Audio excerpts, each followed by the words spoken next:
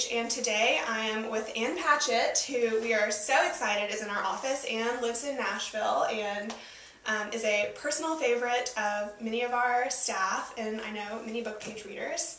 And today we're talking about State of Wonder, which is her new novel that comes out in June. So thank you, Ann, for talking to Book Page and coming in the office. Really super easy. It's a mile from your house. Well, first of all, would you mind just kind of giving a basic plot description? You know, what's the book about for our readers who haven't read it yet? And they haven't, because it's not out yet. It's a story of Marina Singh, who is a doctor and a pharmacologist doing research in Minnesota. And at the beginning of the book, she finds out that her friend and office mate, Anders Ekman, has gone to South America and is dead. And he's gone down to South America to check on the research of Dr. Anna Swenson, who's developing a new drug. And then it's now her job to go both find out what happened to Anders and also to find out how the drug is developing. Mm-hmm. Dr. Swenson's trying to develop a drug that would ensure everlasting fertility to women. She's found a tribe of women in the Amazon that can have children forever. Mm-hmm. Marina doesn't really want to go to the Amazon because, as it turns out, Dr. Swenson was her teacher in medical school, and they have a very fraught personal history. But she goes, and that's sort of where the story begins. There are a lot of bugs, a lot of snakes, poison arrows, cannibals. And it really starts with a bang, you know, from book one, that there is this death, pretty much. Yeah, so. I like a book that starts with a bang. Oh yeah. That's important to me. Mm-hmm. Well, I know that you did go to the Amazon to do research. I think I read you went to Peru. Yes. So would you mind telling me a little bit about that journey, why you went to Peru, and you know, were you on a guided tour? I mean, this is a really wild place as it's depicted in the book. Like you said, bugs and snakes, and you know, having to take malaria pills, which is kind of a part of the plot, the side effects of that. Right. So, did you have any of the same experiences that Marina had? Well, first I should say I went to Peru. The book is set in Brazil. It's set in the Brazilian Amazon, and I wanted to get a certain kind of boat tour of the Amazon.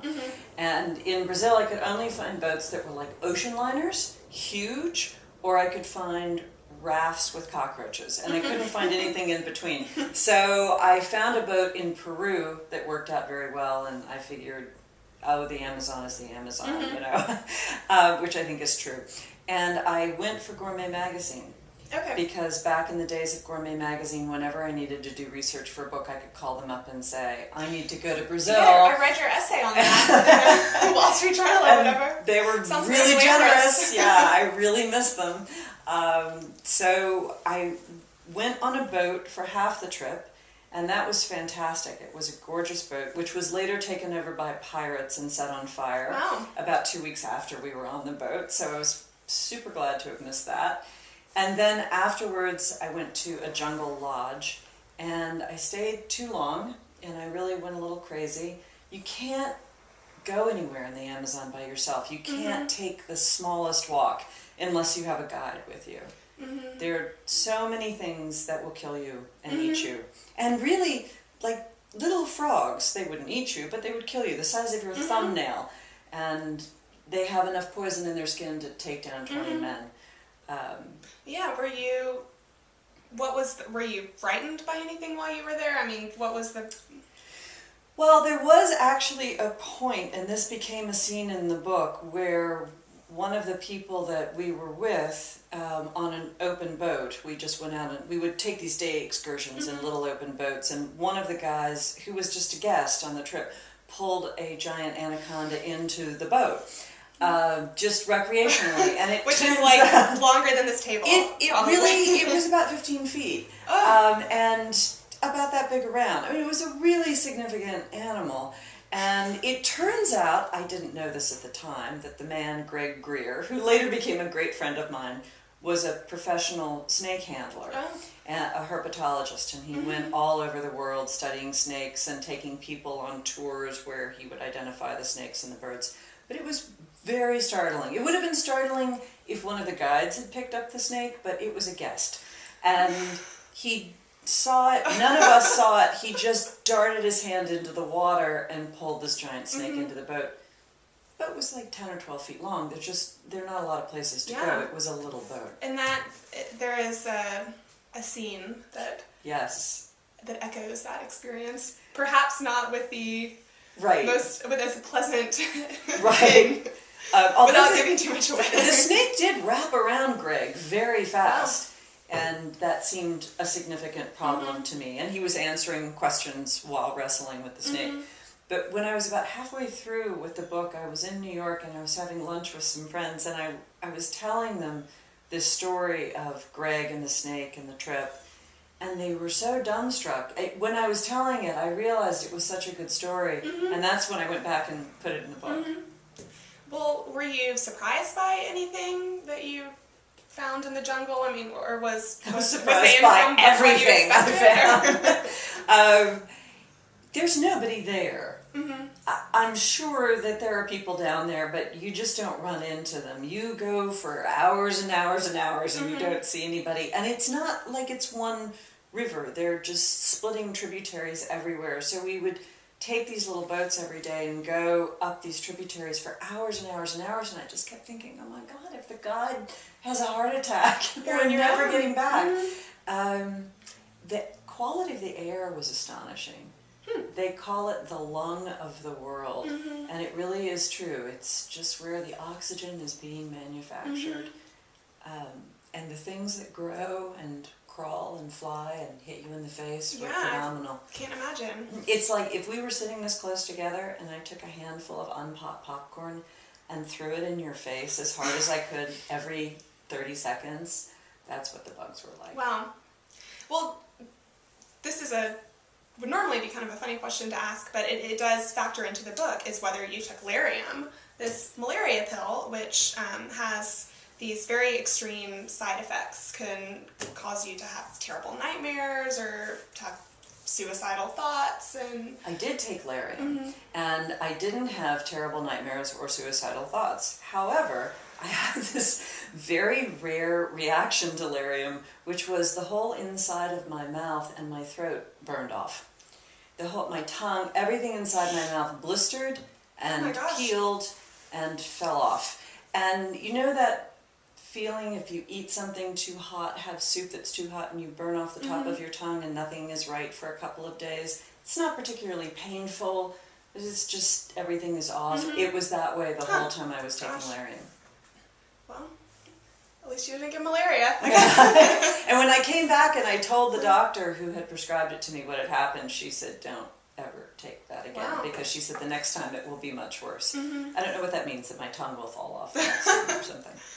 Well, I could keep talking about the Amazon, but let's get into the book. Okay. So really the primary relationship, I would say, in the book is between Marina, the pharmacologist, the doctor who goes to the Amazon, and then Dr. Swenson, who is this woman who's in her 70s, who was her former teacher, and is kind of running the show down there. And no one at the big pharmaceutical company where they work really knows exactly what's going on down there. Correct. She has total freedom. And I know that I've read in a prior interview that you were interested in exploring this teacher-student relationship. So I was wondering if you could, what is it about that relationship that is interesting to you, and what teachers have you had in the past, or students that, perhaps inspired this? It is something I do have a strong connection to, and that made this book easier to write. And the whole thing for me, I never had a teacher like Dr. Swenson. I never had someone who was sort of imperious and mean, who I was afraid of. But I have had some profound relationships with teachers in my life, and I really shaped my life after these people. I mean, they were people that I loved and I thought the world of and I admired and I wanted to impress, and I really thought, I just want to be exactly like them. And of course, I knew everything about them, or everything that was accessible to me to know, and they didn't know anything about me. And it's really interesting to run into these people as adults, and you think, I tried so hard to be just like you. There are so many ways in which what I'm doing now at this point in my life, there's still things that I'm doing in hopes of pleasing you. And you don't have any idea. I actually was at a writer's conference yesterday in Chattanooga and saw my old teacher and my very, very favorite teacher in my life, Alan Gerganis, who I hadn't seen for years. Wow. And I kept thinking about it because Alan and I run into each other maybe every 3 years or so at something like that. And we see each other for a half an hour. And it's lovely, and he's so nice to me. But I keep thinking, you have no idea how much I love you. You have no idea how central you are to every piece of how my life turned out. He's like, oh, it's so good to see you, goodbye. And I'm thinking, wow, there goes my life. Yeah, I think a lot of people can identify with that. It's a little bit like having a crush on a rock star when you're a kid. It's so defining for a while, but then you run into that rock star again every now and then. And I don't know if I had students who had that relationship to me or not, because that's the thing. If you're a teacher, you don't know. Well, Dr. Swenson, the teacher in the book, is a very interesting character. And I wondered, first of all, there are a lot of medical ethics issues in this book. The doctors from this American pharmaceutical company are performing studies in the Amazon on these natives who maybe don't exactly know they're being exposed to malaria, and they don't know. There's sort of some Tuskegee, I mean, maybe not to that extreme, but it's the same sort of. It comes up in the book. Exploitation, right? She accuses him of Tuskegee. Right. And so I was wondering a couple questions. One, if you have had a long interest in medical ethics, and that was something that you were specifically wanting to explore. And two, if you think that Dr. Swenson is a heroic, good character, if she's doing the right thing. Well, my husband's a doctor, and my stepfather, when I was growing up, was a doctor. My mother was a nurse. My stepdaughter's a nurse. I mean, I certainly have spent my life around medical people. I have a lot of very close friends who are doctors. So this is something that I do think about a lot. And it's a balance. There isn't a right answer or a wrong answer. You don't want to exploit people, and at the same time, you want medicine to be able to progress. And there has to be some line in between those things. Do I think Dr. Swenson is a good character? No. Do I think she is a bad character? Absolutely not. I want her to be something that's going to make people think and sit down and wrestle with those issues and have discussions about ethics and about being powerful, and the idea of how much you could really get done if you freed yourself from insurance and medical ethics and all of these things. One of the things that actually really got me started on the plot for this book was Bill Frist, who used to be the Senate Majority Leader, would go down to Africa and operate on gorillas because he was a heart transplant surgeon, and apparently gorilla hearts and human hearts are very similar, and there were a lot of sick gorillas who needed operations, and he would also operate on them in the Washington Zoo and in Africa. And while he was in Africa, every now and then something would happen. A kid would come in with an arrow through the head or whatever, and there was nobody else around. Well, that's not his area of medical expertise. But at that moment, if it's you or nothing, I mean, frankly, if it's me or nothing, you're going to try to do what you can do. And that really kind of got me thinking, well, what would a person be capable of if they were free of all the rules? I like rules. I'm a real rule person. But it's worth writing a novel about. Oh, yeah. And Marina, the student, who's really the main character, there is some of that with her too. She had been originally, she went to medical school to be an OBGYN, and because of something happens and she ends up changing her path and becomes a pharmacologist, and then when she's in the jungle, she's in that position. And there are these scenes where don't use all the latex gloves, or keep using the ones you have on, and that's right. Their standards are relaxed, but And that pushes her. when we were in the Amazon, I actually met a doctor who was an American who had gone down to the Amazon 15 years before on vacation, and she just said, "This is it, I'm staying forever." Wow. And she, had a clinic and things like that, and she was like, "Oh, do you think we throw gloves away? Do you think that we throw those needles away? We wash them and reuse them. We do everything again and again." And she said it was the same thing in the hospital. It's funny when you go on a research trip like that, it's the things you don't expect to find out, to just meet a doctor in a cafe and all of a sudden you're talking about these things and you think, "Oh, gloves, I never would have thought about that before." And she was saying, "Why didn't you bring us things? Why didn't you bring us antibiotics? Why didn't you bring us IV bags?" And we were like, "We were going on vacation, we had no idea." Yeah. Huh. Well, in the publicity materials for the book, it puts this Heart of Darkness comparison in your mind.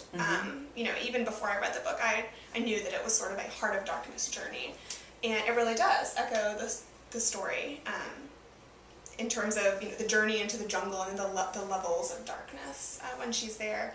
And I was wondering what your history with the classic is. I read it in high school and was having to do some refreshing of my memory. And are you a Conrad fan, or?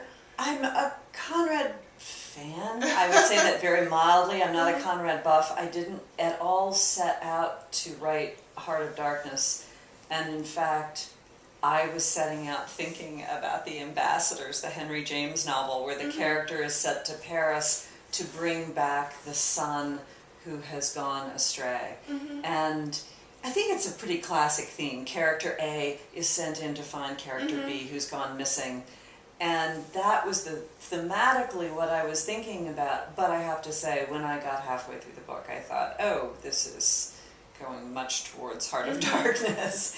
And it was just that Dr. Swenson had so much power. Although, frankly, Chad Newsom in The Ambassadors has an enormous amount of power, although it's of a social kind, and the power of youth. Well, can you tell us anything about your next project, or are you working on anything now, or? No, I'm not, and I don't ever start a new book before the other one is launched, because the idea of being 50 pages into a novel and going on book tour just makes me want to weep. I've been writing a lot of essays lately, and I'm trying to decide whether or not to do a collection of essays, because I've been writing them for 20 years and I have, it turns out, a lot of them. So I haven't quite made my mind up about a book, but I've been working on that, and I have an idea for a novel, but it's really, you could put the whole thing in a walnut shell at this point. So, well, would you compare, how would you place State of Wonder with your other books? I know that our readers, and I'm sure most readers that you run into, are just very passionate about Bel Canto and feel such, that book is so special to a lot of people. And I know when we first blogged about State of Wonder, we wrote something like this. It sounds like there might be some similarities here with the international characters, and I don't know, would you compare this in, style, I guess, and in plot and how you feel about it with any of your other books? Well, it's a couple different questions. One, I think that people tend, and a reader told me this once, and it made great sense to me, that they tend to like the book that they read first the best of yours. And so I think that I got so many readers with Bel Canto, and there were people who were passionate Bel Canto people. But I met this woman once, and the first book of mine she'd ever read was Run. And she said, "I went back and I read all of your other books, but I'll always love Run the best because that was how I met you." I find if I meet readers who have read all of my books, the one that they like the best is almost always Magician's Assistant. So it's just really hard to say. And when I was setting this book in the Amazon, I had this moment that I thought, "Oh, South America, I shouldn't do that. I've already done South America." And then I thought, "Oh, it's a continent. I can write 2 books there." Because I needed some place that had great potential for medical exploration and malaria. Mm-hmm. So while Africa or Indonesia might have been better for malaria, they wouldn't have been as good for medical exploration. Mm-hmm. So that's how I wound up back in South America.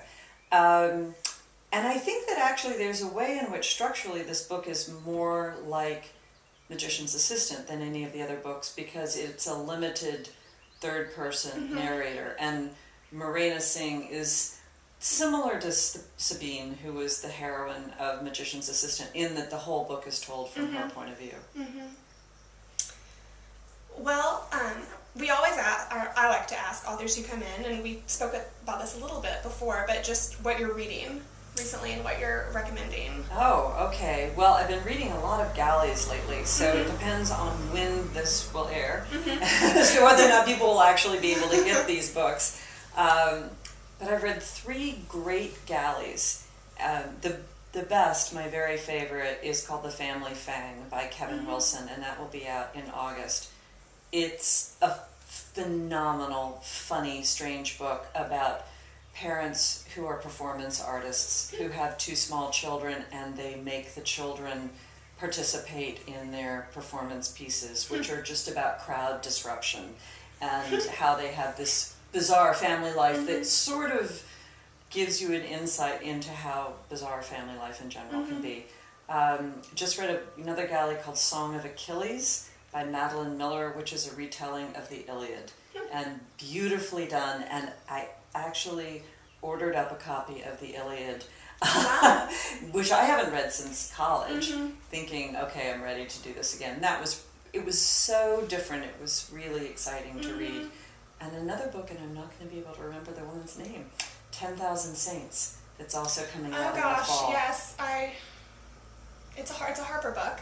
I can see it in my... Yes, beautiful cover, the bears on the front. It takes place in New York in the 80s. And, all right, and we'll look it up for you. It was terrific. I really, really enjoyed that. Now that said, what I'm actually reading right now, I'm reading Our Mutual Friend by Charles Dickens, which is 900 pages. And I'm going to be reading it for a really long time, and it's so good. It's so exciting to me to read a great big old Dickens novel.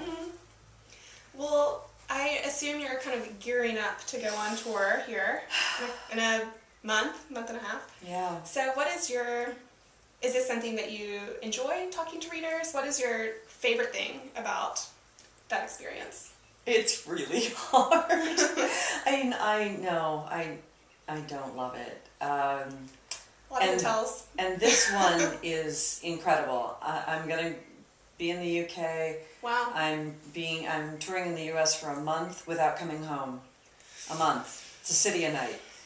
And then I'm home for 6 weeks, 8 weeks, and then I do it all over again in Australia. Oh wow. So it's just so exhausting. And the part in the stores, meeting people, it's a tiny part of it. And then the larger part really is the travel and the hotel rooms and the trying to find something to eat, and just kind of keeping yourself together. I'm exercising a lot right now. I really feel like I'm in training. I mean, I feel like I'm trying to get a lot of sleep, see a lot of friends, really be in touch with people, go running, just kind of on every level in my life be strong. But it's amazing that by day 3 it's all gone. So mostly what I'm thinking about right now is packing, and which I'm obsessed with. In the summer too. What you can wear, getting it in a little tiny suitcase so you don't have to check the bag, and it's a little obsessive. Don't wrinkle. Yeah, exactly. And where I know people, what cities I can go to where I have a friend that I can do laundry at their house. Because I really hate hotel laundry. Because they bleach your clothes. Well, and finally, this is sort of off topic, but this is Library Week this week. And Book Page, we are distributed in public libraries and huge library supporters. We're going to ALA this summer and always like to talk to authors about libraries. And I know that you in particular are a great supporter of the Nashville Public Library. I am indeed. So if you wouldn't mind just kind of giving an elevator pitch, or why do you love libraries, and why do you think they're important, just particularly in the midst of funding cuts and. Yes, because I read things all the time that say, oh, libraries are becoming irrelevant as everything is going digital. And it's really not true. I mean, I think that the libraries are the sort of social Red Cross of our community. They are our community centers. And it's a place for little kids to go and teens to go after school, and people who are retired, or people who don't have jobs, or people who need resource material.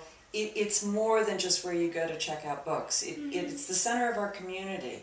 And I also think that libraries are the very best example of our government, because you can go to the rattiest little tiny branch of a rural public library and you can order up any book that's in the Widener Library at Harvard through interlibrary loan. That's a great point. It really is about quality of information, and it's a beautiful example of sort of how we look after one another through the library.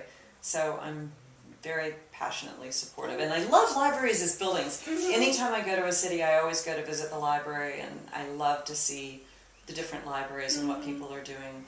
The library in Salt Lake City, unbelievable. Really? And also, of course, the library in Seattle, which is now the #1 tourist attraction in Seattle. Wow. More people go to visit the library as tourists than go to see the Space Needle.